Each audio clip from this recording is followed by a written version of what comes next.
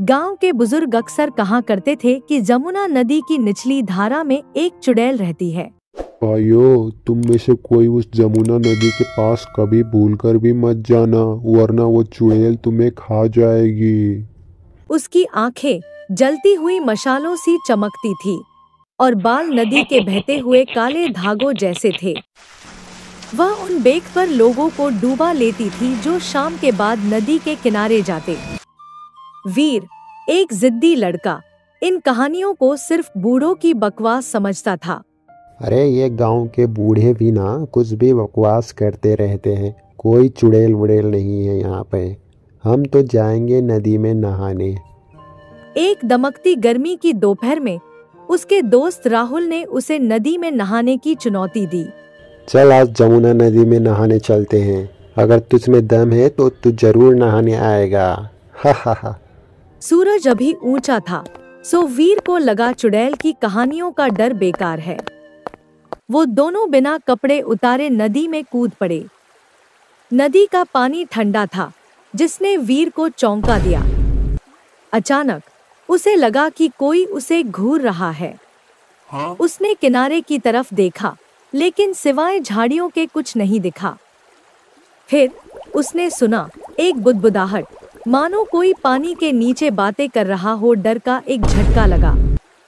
राहुल पहले ही किनारे पर चढ़ चुका था और अब वीर को जल्दी से बाहर निकलने के लिए चिल्ला रहा था। ए वीर, जल्दी निकल वहाँ से, जल्दी निकल, वहाँ पर कुछ है, जल्दी निकल।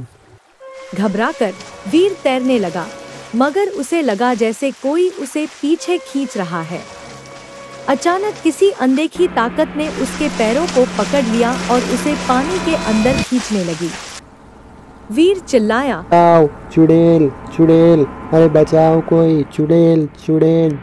उसी क्षण किनारे से एक मजबूत हाथ ने उसे पकड़ लिया। यह गांव का मछुआरा धनिया था, जिसने उनकी बातचीत सुन ली थी और उनका पीछा कर रहा था। धनिया ने वीर को खींचकर किनारे पर ला खड़ा किया। बाद में धनिया ने उन्हें बताया कि नदी के इस हिस्से में तेज धारा है जो लोगों को अंदर खींच लेती है। क्या तुम लोगों को पता है, यहाँ पर कोई चुड़ैल नहीं, बल्कि यहाँ पर नदी के इस जगह पर एक तेज धारा है जो कि लोगों को अंदर खींच लेती है। बुजुर्गों ने इसे चुड़ैल का श्राप कहना शुरू कर दिया था। वीर और राहुल को अपनी गलती का एहसास हुआ। उन्होंने धनिया का शुक्रिया अदा किया और आगे से कभी भी अकेले या शाम के बाद नदी में ना जाने का वादा किया। अच्छा तो ये बात है मछुआरे जी, शुक्रिया आपका, आपने हमारी आंखें खोल दी। इस घटना के बाद वीर ने कभी भी चुड़ैलों की कहानियों को नहीं छेड़ा। उसने सीखा कि कभी कभी डरावनी कहानियों के पीछे प्रकृति का ही कोई खतरा छिपा होता है।